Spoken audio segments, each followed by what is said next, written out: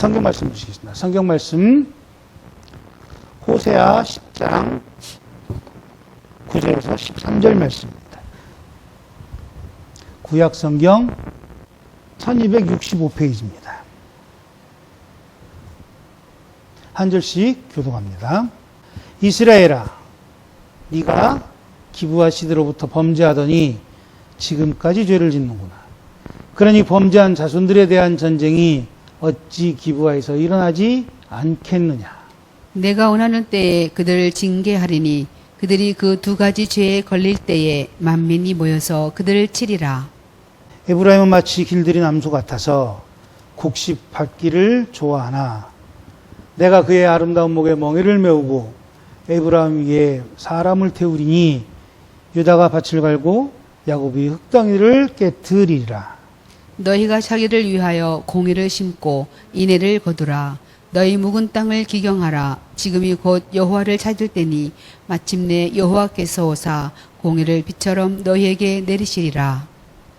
너희는 악을 밭가라 죄를 거두고 거짓 열매를 먹었나니 이는 내가 내 길과 내 용사의 많음을 의뢰하였음이라. 아멘. 아멘.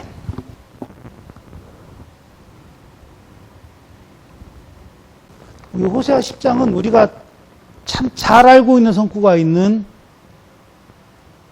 성경입니다. 호세아는 몰라도 이 성구는 다 기억하죠. 어떤 거죠? 12절 말씀입니다. 너희가 자기를 위하여 공의를 심고 뭐를 거두라고요? 인애를 거두라. 묵은 땅을 기억하고 지금이 어떤 때라고요? 여호와를 찾을 때니 마침내 여호와께서 오사 공의를 빛처럼 너희에게 내리시리라 라고 말씀을 하십니다. 아멘이십니까? 다 아시는 그 성구 아닙니까?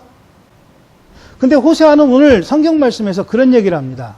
무슨 얘기를 하냐면 피상적으로 뭐는 어떻고 뭐는 어떻고 뭐는 어떻고 얘기하지 않고 어떻게 하냐면 우리가 가장 잘 아는 그 시대의 사람도 잘 알고 지금 이 시대의 사람도 잘 아는 뭘로 예를 들죠? 땅을 일구라는 걸로 얘기를 합니다. 그래 땅을 일구는데 어떤 땅을 일구라 그러죠? 어떤 땅을 일구라고 말씀하냐면 자 보세요. 12절 말씀. 너희가 자기를 위하여 공의를 심고 인애를 거두라. 너희는 어떤 땅? 묵은 땅을 기경해라. 기경이란 말이 뭔지 모르시죠? 갈아엎으란 얘기예요. 그래서 묵은 땅을 어떤 땅으로 만들어라? 쓸만한 땅으로 만들으란 얘기예요. 그러니까 우리가 기경한다는 얘기는 이무작을 하는 사람들에게는 1년에 몇 번 기경을 할까요? 2번 하죠. 한 번 농사를 짓는 사람은 어떻게 해요? 1년에 한 번씩 기경을 하는 겁니다. 그리고 또 기경하기 전에 뭘 하죠? 제가 알고 있는 얄팍한 농사 지식에 의하면 땅을 기경하기 전에 뭘 하죠? 거름을 먼저 깝니다. 그리고 땅을 어떻게 하죠? 뒤집어요. 갈아엎어요. 그러면 위에 있던 거름이 어떻게 될까요? 밑으로 내려가죠. 그 상태로 한 1년 둘 수도 있어요. 땅도 쉬어야 될 때가 있으니까. 그러면 그 땅은 어떤 땅으로 변하죠? 거름이 다시 토양분이 되는 좋은 땅으로 변하는 겁니다. 그런데 오늘 본문 말씀에 나오는 묵은 땅이라고 하는 건 어떤 땅이냐면 사람들이 쓰지 않는 땅입니다. 버려진 땅입니다. 버려진 땅은 어떤 땅이 되죠? 버려진 땅에 제일 먼저 나오는 게 뭐예요? 버려진 땅이라고 제일 먼저 인식되는 게 어떤 걸까요? 관리되지 않아서 되게 어수선합니다. 사람이 걸어가는 땅은 걸어가는 부분이라도 딱딱해져서 관리가 되지만 사람이 신경 쓰지 않은 버려진 땅은 어떻게 되죠? 제일 먼저 잡초가 무성합니다. 그 잡초가 어디까지 자랄까요? 사람 키만큼 자라는 게 버려진 땅이죠. 잡초만이 자랄 수 있는 땅. 그런데 오늘 본문 말씀에 나오는 묵은 땅은 잡초도 자라고 뭐 막 온갖 이상한 것들이 막 풍성해진 그런 땅이 아니라 아예 딱딱해서 아무것도 자랄 수 없는 땅을 말하는 거예요. 잡초가 무성한 땅도 되죠. 전혀 쓸모없는 땅, 쓸모없는 것들만 자라는 땅이 바로 이 묵은 땅이라고 말할 수 있는 겁니다. 그런데 이 묵은 땅의 주인공이 누구라고요? 12절 말씀. 묵은 땅의 주인은 누구예요? 묵은 땅을 어떻게 기경하라고? 묵은 땅을 기경하는데 묵은 땅을 기경하는 그 묵은 땅의 주인은 누구예요? 지금 그걸 묻는 거예요. 이 부분을 해결하지 못하면 오늘 성경 본문 말씀은 내게 아무런 해당도 되지 않고 우리에게 아무런 은혜를 줄 수 없는 땅이 돼버리는 말씀이 되는 거예요. 예수님도 땅에 대해서 설명하신 적이 있어요. 그렇죠? 무슨 땅이 있어요? 처음에 가시밭, 그 다음에 돌밭, 그 다음에 좋은 땅을 얘기하십니다. 그 땅과 오늘 묵은 땅의 차이가 뭘 것 같아요? 똑같은 말씀을 들어도 어떤 말씀은 가시밭에 떨어지고요. 가시밭길에 떨어지고요. 어떤 말씀은 돌밭에 떨어져요. 어떤 말씀은 묵은 땅에 떨어진다니까요. 그러면 시간이 지나면 어떻게 될까요? 시간이 지나면 그 떨어진 말씀이 어떻게 돼요? 말씀이라 그러니까 어려우시죠? 씨를 뿌렸어요. 가시밭에 떨어졌습니다. 돌밭에 떨어졌습니다. 묵은 땅에 떨어졌습니다. 그리고 좋은 땅에 떨어졌어요. 어떤 결과가 나타날까요? 시간이 지나면 씨를 내리지 못한, 이게 씨가 발화돼서 뿌리를 내리지 못한 곳은 어떻게 될까요? 자랄 수가 없겠죠. 자, 먼저 생각합시다. 가시밭, 뿌리를 내릴 수 있습니까? 없습니까? 내릴 수 있어요. 다만 어떻게 돼요? 가시덩굴 때문에 자랄 수가 없어요. 돌밭에 떨어졌어요. 뿌리를 내릴 수 있을까요? 없을까요? 내릴 수 있어요. 없는 게 아니라니까요. 있다니까요. 그런데 그 뿌리가 어디에 있어요? 돌 위에 있잖아요. 돌에. 뿌리는 어디로 가야 돼요? 흙으로 가야 됩니다. 우리가 잘 알고 있는 산 같은 데, 바위산에 소나무 한 그루가 막 서 있습니다. 우린 되게 멋있게 생각하죠. 그런데 그게 돌에 박혀 있을까요? 뿌리를 내려서 결국엔 그 바위를 지나 크게 뿌리를 내렸을 때 그게 소나무로 성장할 수 있는 거잖아요. 돌에서는 성장할 수가 없다니까요. 묵은 땅에 내렸어요. 자랄까요? 못 자랄까요? 자랄 수 있습니다. 똑같아요. 못 자란다고 생각하지 마세요. 자랄 수 있다니까요. 그런데 무엇과 함께 자라요? 이미 무성한 잡초와 같이 자라야 돼요. 그럼 어떻게 될까요? 내가 가지고 있는, 내 씨가 가지고 있는 모든 역량을 다 동원해도 나보다 더 크게 자란 잡초들을 이길 수 있을까요? 없을까요? 지금 그 얘기를 하는 거예요. 그럼 그 얘기를 하면서 뭐라고 말하냐면, 야, 너희들은 농사 짓지 않니? 너희들은 밭을 갈기를 좋아하지 않니? 그런데 왜 너희들의 마음밭은 갈지 않아? 무엇으로 가르라 그래요? 무엇으로? 또 뭐 해드려야지? 무엇으로? 하나님의 공의와 하나님의 인애를 왜? 너희는 갈지 않냐라고 얘기하는 거예요. 그런데 잘 보세요. 공의를 심어요. 공의를 심으면 뭐가 나온다고요? 거두는 게 뭐라고요? 인애는 심는 게 아니에요. 거두는 거지. 제가 아까 잘못 말씀드렸는데 똑같이 심는 걸로. 공의는 하나님의 뜻을 심는 겁니다. 그러면 인애는 뭐예요? 하나님이 나를 사랑하시는 거예요. 그 사랑을 거둘 수 있다니까요. 그러기 위해선 내가 좋은 옥토밭으로 변하기 위해 나를 기경해야 된다라고 호세아가 말하는 거예요. 그런데 우리는 자꾸 이걸 어떻게 생각하냐면 같은 걸로 생각을 해요.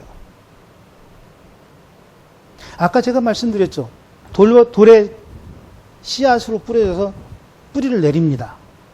뭐 적당한 온도와 적당한 습도가 있으면 돌 위에도 뿌리를 내릴 수 있다니까요. 뿌리가 난다니까요. 그런데 그 뿌리가 어디로 가야 돼요? 양분을 빨아들일 수 있는 토양으로 내려가는 게 아니고 계속 돌에만 머문다면 어떻게 될까요? 허공에 날아다니는 먼지밖에 먹을 수 있는 게 없다는 얘기예요. 돌에서 흘러내리는 그 돌 물밖에는 먹을 수 있는 게 없다는 얘기예요. 그래서 처음에는 자라나는 것처럼 보이겠지만 나중에 어떻게 될까요? 돌과 함께 말라가는 겁니다. 말라 죽는 겁니다. 가시밭도 마찬가지예요. 자랄 수 있다니까요? 그런데 자라려고 할 때마다 뭐가 문제가 될까요? 나와 함께 자란 내 위에 이미 덮어버린 가시덤불이 나의 성장을 어떻게 할까요? 방해하겠죠. 가시덤불을 피해서 아주 기형적인 모습의 성장을 할 수밖에 없다는 말이에요. 묵은 땅도 마찬가지입니다. 묵은 땅에도 씨가 발화가 된다니까요. 뿌리를 내릴 수 있다니까요. 딱딱해진 땅이라 할지라도 잡초가 자라는데 왜 씨가 안 자라겠어요? 자라요. 그런데 이미 뿌리를 내려야 할 곳엔 뭐가 있어요? 잡초의 뿌리가 다 차지하고 있다는 얘기예요. 여러분들 잡초를 뽑아보신 적이 있으세요? 잡초를 뽑아보면 뿌리가 어디까지 가냐면 자기가 뻗을 수 있는 한도까지는 다 뻗습니다. 그래서 우리가 잡초를 뽑을 때 그냥 위에 있는 것 꺾어버리면 그 다음날 그곳에서 다시 잡초가 자라나는 걸 우리는 경험하잖아요. 잡초를 한번 뽑으면 잡초는 손가락만한데 딸려 나온 흙덩이는 주먹만한 딸려 나오잖아요. 그래서 그곳에 우리 신앙의 뿌리가 지금 자란다고 생각을 해보시라는 얘기예요. 하나님을 가장 잘 알고 하나님을 가장 많이 살아간다고 하는 이스라엘 사람들에게 너희의 뿌리가 지금 어디 있냐고 물어보는 거예요. 호세아는. 그렇게 밭갈기를 좋아하고 그렇게 소를 끌고 다니면서 너희들의 일을 다 하는데 왜 너희들의 마음밭은 갈지 못하냐고 묻는 거예요. 너희들의 신앙은 왜 아직도 그 모양이냐고 묻는 거예요. 그리고 무엇을 심어야 될 때, 무엇을 심을지, 그 심을 때에 거둘 것이 무엇인지를 너희는 알고 있냐라는 거예요. 신앙을 휩쓸려가면서 사는 분들을 봅니다. 무리지어서 막 무슨 동호회 활동하듯이. 그것은 오늘 호세아 선지자의 말한 거에 비하면, 말한 걸로 우리가 알고 본다면 어떻게 될까요? 되게 불편한 얘기입니다. 무리를 지어 다니는 게 잘못됐다라는 게 아니고 무엇을 심는지도 모르고 그냥 따라가는 거예요. 전도를 나갑니다. 전도를 왜 나가죠? 여러분들이 전도하신 이유가 뭡니까? 천국 가서 아파트를 뭐 상으로 받으려고요? 아니면 뭐 교회에서 어디 뭐 저기 전도 상품권 준다니까 그거 받으려고 막 하십니까? 물론 과정이 어떻더라도 결과가 좋으면 하나님이 좋아하실 거라고 하는 그동안의 가르침에 의해서 여러분들은 그것이 맞다고 생각할지 몰라요. 그런데 오늘 호세아 선지자는 분명히 이렇게 말합니다. 너를 위해 공의를 심어라. 우리를 위해 공의를 심는 게 아니에요. 너를 위해 심는 거예요. 바꿔 얘기할까요? 공의는 누구를 위해 심는 거예요? 나를 위해 심는 거예요. 내 새끼를 위해 심는 게 아니고 우리 교회를 위해 심는 게 아니에요. 나를 위해 심는 거예요. 그 공의가 모여서 교회가 되는 것이고 그 공의가 모였을 때 나라를 변화시킬 수 있는 인애를 확인시킬 수 있다라고 지금 호세아는 이야기하는 겁니다. 그런데 우리는 저 호세아를 어떻게 얘기합니까? 우리는 이 호세아 선지자의 말을 어떻게 기억합니까? 12절 말씀이 오늘 본문 말씀을 다 통틀어서 얘기할 때 어떻게 보면 가장 중요할 수 있어요.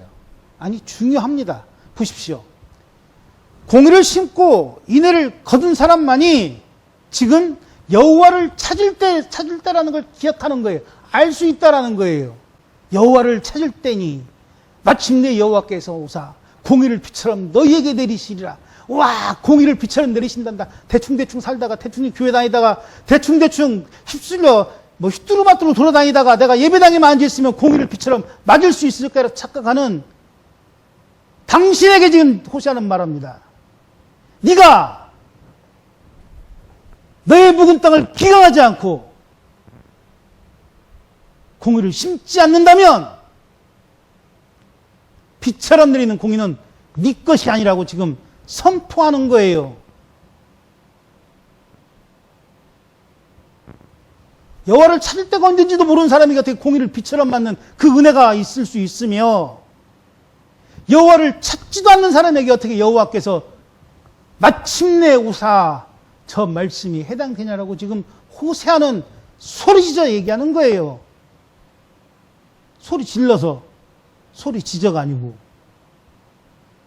우리는 자꾸 성경을 착각해요. 어떻게 착각하냐면, 대충 그냥 그렇게 살면, 대충 옆에 뭐 집사님처럼 살면, 대충 저 장로처럼 살면 나도 장로 될 것 같고, 대충 저 목사처럼 살면 하나님 나라에 나도 상금 받을 거야 라고 생각하는데, 그게 아니라니까요. 하나님 나라는 기경해야 합니다. 호세아 10장 2절입니다. 그들이 두 마음을 품었으니 이제 벌을 받을 것이라. 하나님이 그 제단을 쳐서 깨뜨리시며 그 주상을 헐 거라고 말합니다. 두 마음. 그런데 지금 뭐라고 그러죠? 제단이 나옵니다. 저 주상은 뭐예요? 그 제단의 상들을 얘기하는 거예요. 하나님을 알고 있는 건 하나님을 알고 있다라고 말하지만, 알고 있는 것이 믿는 건 아니라는 말씀을 제가 예전에 설교에서 말씀드렸어요. 아는 것과 믿는 것은 어떻다고요? 완전히 다른 얘기예요. 그런데 우리는 같은 거라고 자꾸 스스로에게 되뇌입니다. 쇠뇌시켜요. 간단하게 말씀드릴게요. 지금 이 땅에 살고 있는 사람들은 두 종류의 사람이 있습니다. 내국인과 외국인이 있습니다. 그렇죠?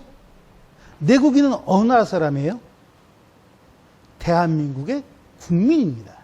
주민등록 번호를 받고 살아가는 사람들이 내국인이에요. 그럼 외국인은 어떤 사람들일까요? 귀화하지 않고 주민등록 번호를 받지 않고 이 땅을 사는 사람들이 외국인이죠. 그래서 국민의 4대 의무가 누구에게 주어지죠? 내국인에게는 주어지지만 외국인에게는 주어지지 않습니다. 그래서 외국인이 이 나라에서 돈을 벌려면 이 나라에 살 때 받아야 될 비자가 번호가 틀리죠. 우리가 취직하고 돈을 벌 때 어떻게 하죠? 출입국청에 가가지고 비자 받습니까? 어디 취직하고 해서 증명서 같은 거 받아갑니까? 한국 사람이 한국 기업에 취업하는데 내가 한국 사람인 걸 증명하기 위해서 여권도 가져가야 되고 출입증 증명서도 가져가야 되고 막 가지고 다니냐는 얘기예요. 아니잖아요. 그걸 증명할 수 있는 게 뭐가 있죠? 주민등록, 등본과 초본만 있으면 돼요. 가족관계부만 있으면 돼요. 그럼 이 사람이 한국 사람인지 아닌지 구별되잖아요. 근데 외국인은 어떻게 해요? 내가 이 땅에 지금 현재 살고 있는 걸 증명하기 위해 이 나라에 언제 왔으며 내가 어떤 목적을 가지고 왔으며 그걸 다 모아가지고 해야 되는 거예요. 그런데 한국 사람으로서 한국 사람을 살아가는 사람이 우리나라의 국민이라고 생각한다면 이 나라의 영토는 어디서 어디까지 우리나라의 영토입니까? 이 나라의 영토는 제주도에서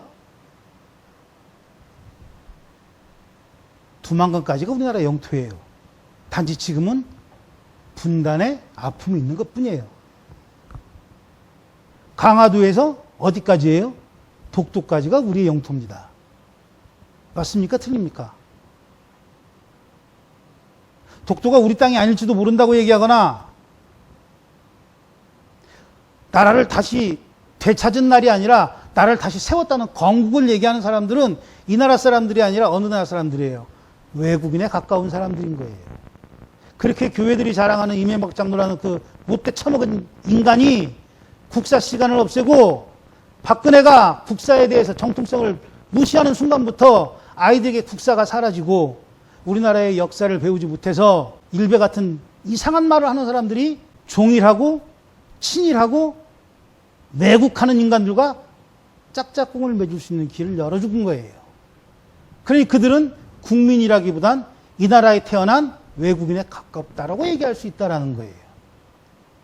하나님 나라의 복음을 받았습니다. 은혜를 받았습니다. 평안함이 있다고 우리는 주장합니다. 내가 예수님의 사랑과 십자가의 보혈을 우리는 믿습니다라고 강조합니다. 그러나 내 삶은 나와 함께 하신 예수님이 아니라 나를 뒤에서 조종하고 있는 사탄의 말에 더 많이 빠져 있다면 나는 하나님 나라의 사람입니까? 아니면 세상 사람의 사람입니까? 나는 은혜 받은 사람의 사람입니까? 아니면 나는 은혜를 받은 척하는 사람의 사람입니까?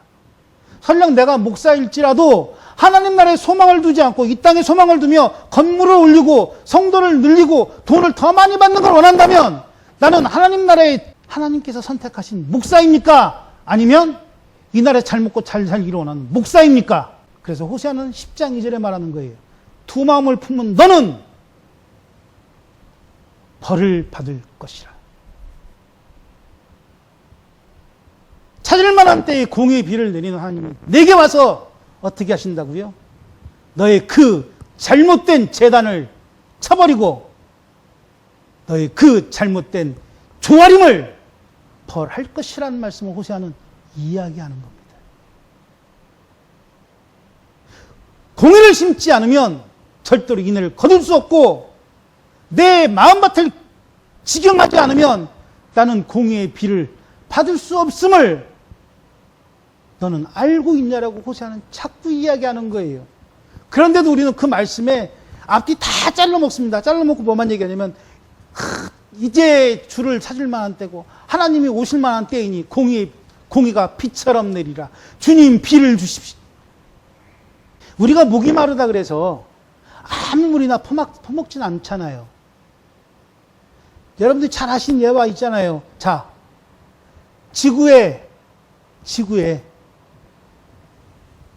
지구에서 가장 많은 면적을 차지하는 곳이 어딘지 아십니까? 육지일까요? 바다일까요? 지구에 가장 많은 면적을 차지하는 곳.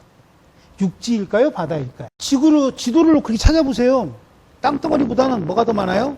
바다가 더 많아요. 바다가. 남극과 북극은 땅이 아니라 뭐예요? 얼음이에요. 그런데 배가 침몰했어요. 그래가지고 구사일생으로 구명보트를 타고 살아남았어요. 한 4일, 5일을 물을 먹은 적이 없어요. 그냥 몸만 나왔기 때문에. 눈앞에 뭐가 있죠? 바닷물이 있잖아요. 물이. 그래서 바닷물을 먹습니까? 왜 안 먹습니까? 더 많은 갈증을 유발하고 결국엔 죽음에 이르게 돼요. 탈수 증상. 우린 그걸 알잖아요.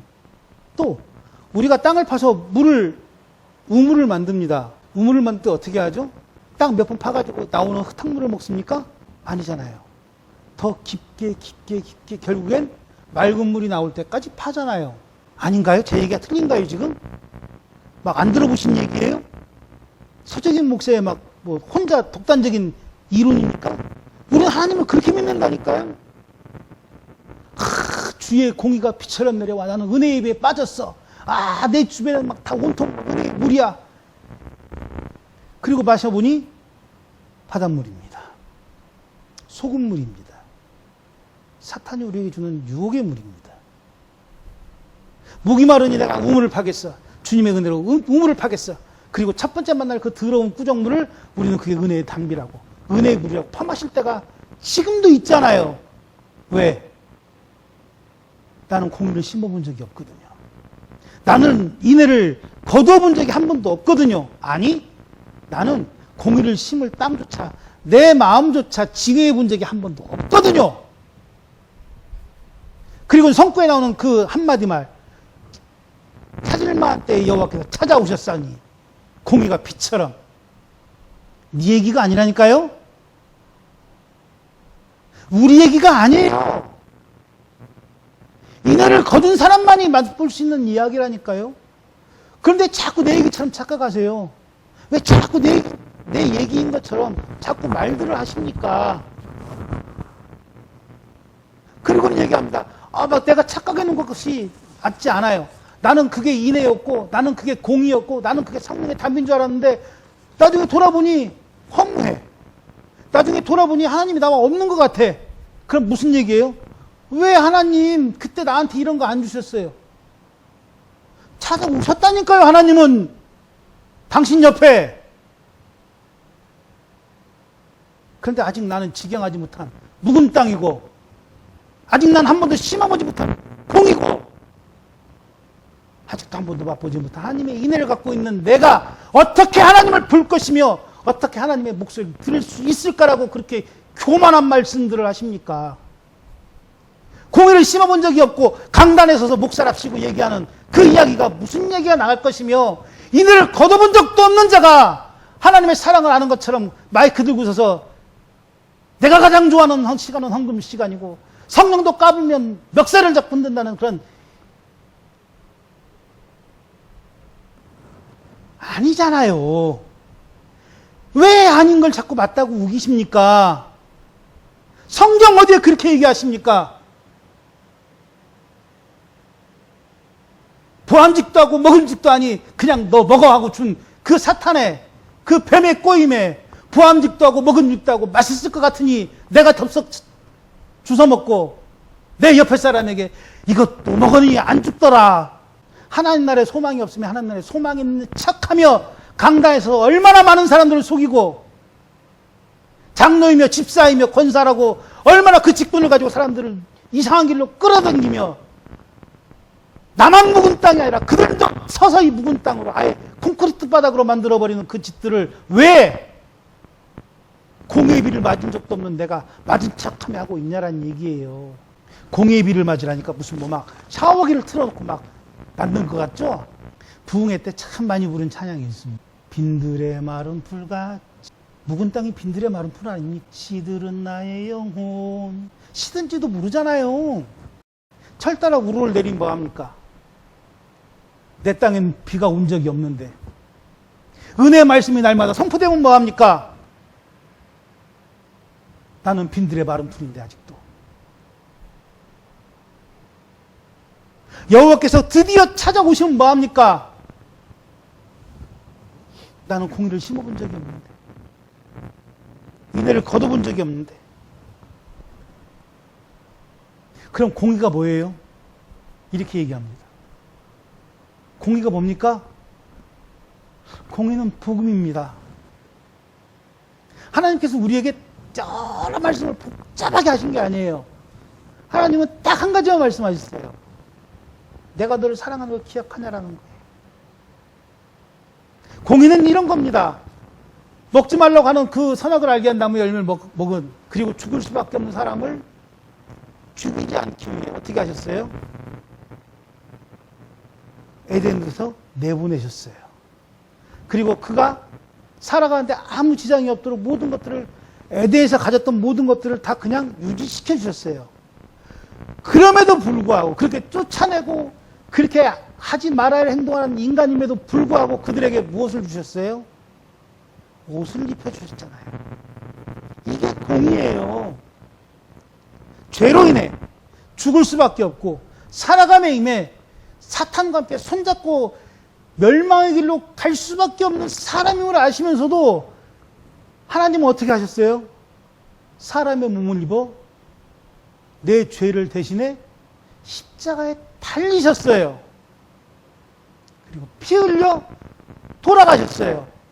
죽을 수밖에 없음을 알고 계시기에 당신이 3일 만에 다시 부활하시며 다시는 너희가 죽지 않을 영생을 우리에게 선포하시고 보이셨습니다.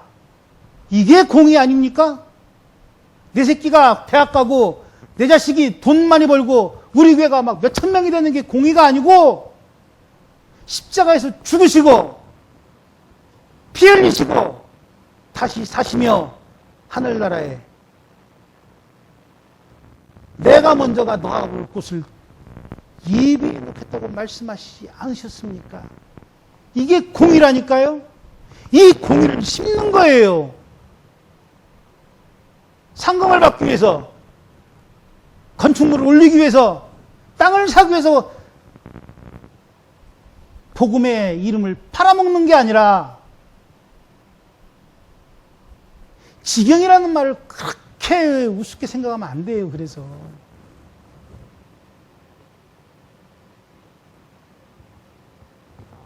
지경이 뭐예요? 영토를 넓히는 거잖아요. 기경은 뭐예요? 땅을 갈아엎는 거예요. 발음에 주의하시라는 거예요.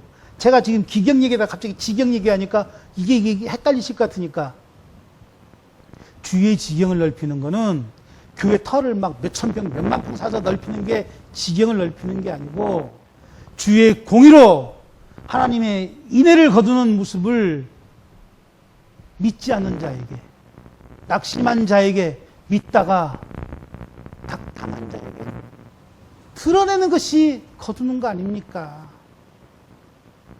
인애를 거둔 자의 삶을 살아가는 게 그게 거두는 거 아닙니까? 그게 지경을 넓히는 거라니까요. 전도지 막 1000명, 2000명 뿌리면서 전도 집회 가지고 내가 이번 전도회 때 3,500명을 전도했고 아니라니까요. 그게 3,500명 전도 주시면 그 중에 한 100명 오겠죠. 그러면 막 그 100명을 어떻게 해가지고 우리 성도로 만들어야 되는데 무슨 얘기합니까? 천국 생명책이란 지가 기록합니까? 생명책을? 그 용어 하나하나에서 우리가 얼마나 이율배반적인 얘기들을 해야 되겠냐고요. 이미 두 마음을 품고 있는데 공의가 아니라 자의를 심잖아요, 자꾸.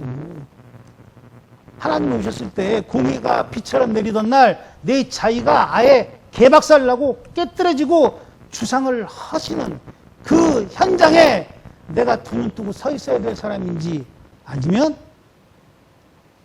그 공의의 비를 정말 소나기처럼 맞을 사람인지는 우리는 판단해야 된다니까요. 선택해야 된다니까요. 대통령이 우리나라 영토가 어딘지도 모르고 대통령이 우리나라 역사가 무엇인지도 모르고 지금 정치하는 인간들의 정체성이 뭔지도 모르면서 기자회견 시간에 나는 그거 잘 모르는데요 라고 뻔뻔스럽게 얘기하는 자격 없는 그런 것들을 대통령이라고 두고 있는 나라가 대한민국이 돼버린 나라. 그 이전에 이미 교회가, 목사가 믿음의 선진들을 따라가지 못하고 하나님의 공의가 아닌 그리고 인내함을 거두는 것이 아닌 내 자아로 교회를 성공시키기 위해서 난도질했던 그 결과가 지금 저런 대통령을 대통령이랍시고 뽑아놓은 거 아닙니까? 그러면 철저한 회개가 있어야죠. 공의의 비는 우리 교회하고 관계가 없다니까요, 그러면? 공의의 비는 목사들하고 관계가 없는 게 돼버리는 거예요. 그런데 우리는 그런 얘기 안 하잖아요. 왜? 나는 빈들의 마른 풀이거든, 아직. 내가 가진 게, 제가 가지고 있는 게 흙밖에 없다면 여러분들에게 무엇을 나눠줄 것 같아요? 흙밖에 더 주겠습니까? 제가 가지고 있는 게 소금물밖에 없다면 여러분들에게 무엇을 나눠줄 것 같아요? 소금물밖에 더 주겠냐고요. 목사가 먼저 공의로, 목사가 먼저 인애로, 목사가 먼저 복음으로 강단에서 말씀을 선포할 때마다 무엇을 증거해야 될지를 모르는데 어떻게 성도들이 묵은 땅을 기경을 할 것이며 어떻게 성도들이 공의를 심을 것인지 고민을 하겠냐고요.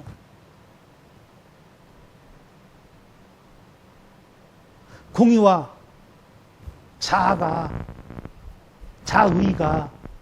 어떻게 판단되는지 잘 헷갈리신다고요? 이렇게 판단하시면 됩니다. 공의를 심는 자들은 때로는 500년, 때로는 30년, 때로는 100년 심은 것을 거둘 수 있을 때까지 거두시게 하시는 분 누구예요? 하나님이시잖아요. 하나님이 거두게 하실 때까지 기다릴 수 있는 기다림을 갖고 있어요. 그런데 자의를 심는 자들은 어떻게 될까요? 우리는 심고 바로 거두기를 원합니다. 농부가 씨를 뿌리고 그 씨를 뿌린 가운데에서 파종을 하고 거둘 때까지 시간이 얼마나 걸릴 것 같아요? 농부는 알잖아요. 저는 모릅니다. 근데 제가 모종을 심으면 오이고추를 심으면 대략 한 달? 한 달 안에 오이고추가 자라더라고요. 모종을 심었을 때. 근데 모종을 심는 시기가 있잖아요. 한겨울에 모종을 심어놓으면 어떻게 될까요? 한 해를 다 보내도 자라지가 않아요. 오이고추를 볼 수가 없다니까요. 그게 농부잖아요. 그런데 자의는 뭐예요? 농부의 마음으로 심는 게 아니라 내 욕심으로 심는 거거든요. 내가 이걸 심어 놓으면 여기에서 더 큰 게 나올 거라고 착각하잖아요. 우린 전래동화 많이 듣잖아요. 흥부가 박을 심어서 박이 나옵니다. 그 박을 어떻게 하죠? 이 박을 트면 금은보화가 나올 거야 라고 박을 켭니까? 아니잖아요. 박을 켜서 박 속을 우려내서 그걸로 찌개를 끓여, 그걸로 죽을 끓여 내 아이들과 먹어야 되겠다고 박을 켜잖아요.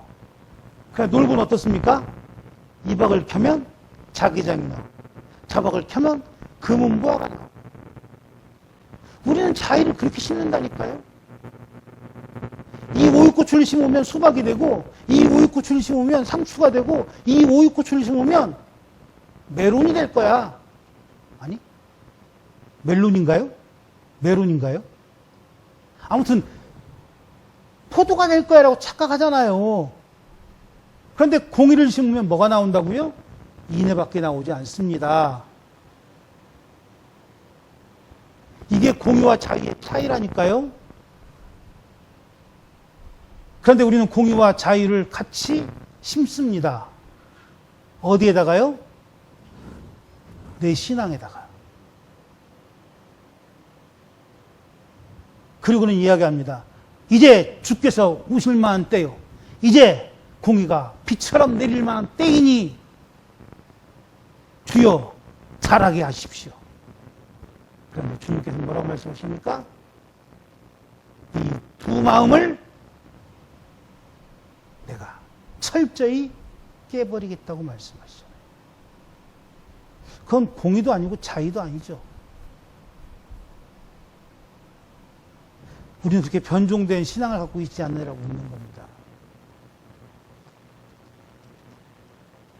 콩 심은 데 콩밖에 나지 않죠. 팥 심은 데는 팥밖에 나지 않습니다. 성도들에게는 공의밖에 심을 게 없다니까요. 그런데 우리 자꾸 그 콩에다가 팥에다가 내 의를 넣잖아요. 나의 마음을 넣잖아요. 나의 이익을 넣잖아요. 그래서 그것이 공인 척 하는 거죠. 그러니 놀부처럼 박을 켜니 도깨비도 나오고 놀부처럼 우물도 튀어나올 수 있는 거예요. 교회가 지금 그 짓을 하고 있지 않는지 생각해 봐야 된다는 거예요. 목사가 지금 그 짓을 앞장서서 하고 있지 않는지 생각해 봐야 된다는 거예요. 심지 않으면 절대로 의의 소낙비는 내리지 않습니다. 심지 않으면 절대로 하나님의 그 공의의 소낙비는 내리지 않습니다. 그리고 지금 설령 내가 심고 하나님을 기다리고 있다 할지라도 때가 되지 않으면 하나님은 내게 오시지 않는다는 이야기를 하고 계시는 거예요. 그래서 12절에 그렇게 얘기하시는 겁니다. 12절 말씀입니다. 너희가 자기를 위하여 공의를 심고 인애를 거두라. 너희 묵은 땅을 기경하라.